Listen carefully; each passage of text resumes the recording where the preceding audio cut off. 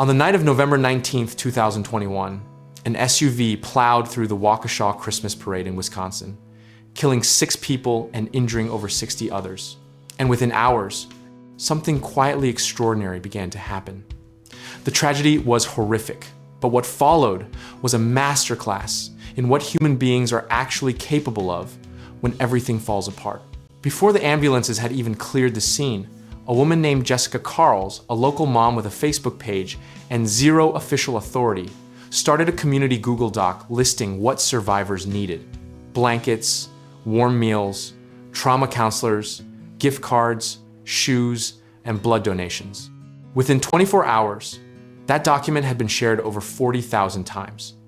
And the Waukesha County Community Foundation had already received more than $2 million in donations from across the country. Now here's the thing we always say: communities come together after tragedy, like it's some magical reflex. But it's actually a system, a messy, beautiful, chaotic system driven by specific people making specific choices in real time. Think of it less like a wave of goodwill and more like an emergency logistics operation run by people who still had their own grief to process. The local church network, specifically Elmbrook Church and Street, William Catholic Parish, became distribution hubs almost immediately, coordinating with the Red Cross and local businesses to set up supply drops in parking lots within 48 hours. This wasn't bureaucratic, this was neighbors with pickup trucks and spreadsheets running circles around any official timeline. Here's where the behavioral economics gets interesting.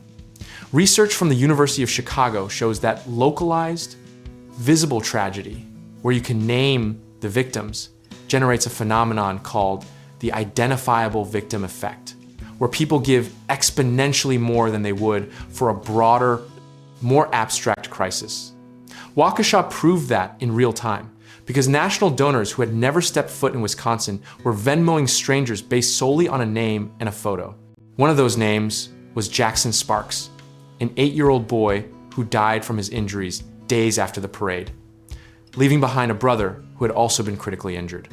His family's GoFundMe, organized by a family friend named Dana McBride, reached over $1,200,000, and the broader campaign for all victims' families, coordinated by Waukesha County, eventually exceeded $5 million in combined community support. We've seen this before: Hurricane Katrina, the Boston Marathon bombing, Sandy Hook, and every single time, the cynics say the money dries up, the cameras leave, and nothing changes.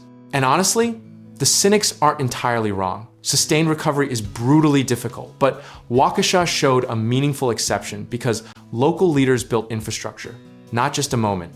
A coalition called Waukesha Strong, organized by Mayor Sean Riley's office in partnership with nonprofits like the Community Advocates Incorporated, established a long-term victim support fund with a formal application process, a payment timeline, and a board of oversight. This wasn't charity theater. This was a community saying, we are not going to let the urgency of this moment become an excuse for disorganization. Here's a misconception worth burning down right now. Many people assume that in the aftermath of tragedy, the biggest donors or loudest voices matter most.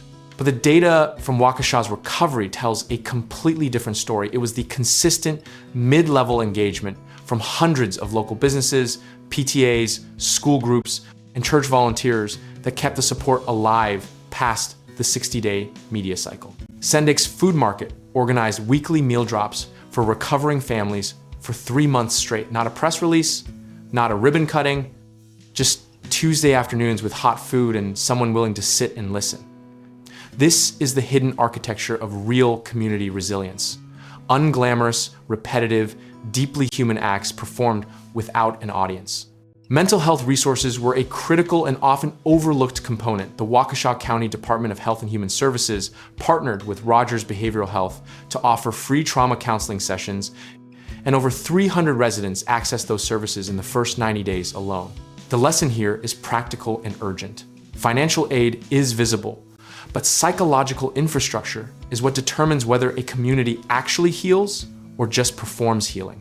If there's a historical parallel worth studying, it's the response to the Oklahoma City bombing in 1995, where local organizers created the Oklahoma Standard, a model of volunteerism and rapid mutual aid that became a national template.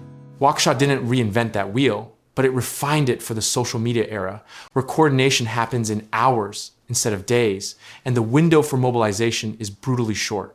The philosophical point underneath all of this is deceptively simple. Communities don't come together because tragedy is powerful.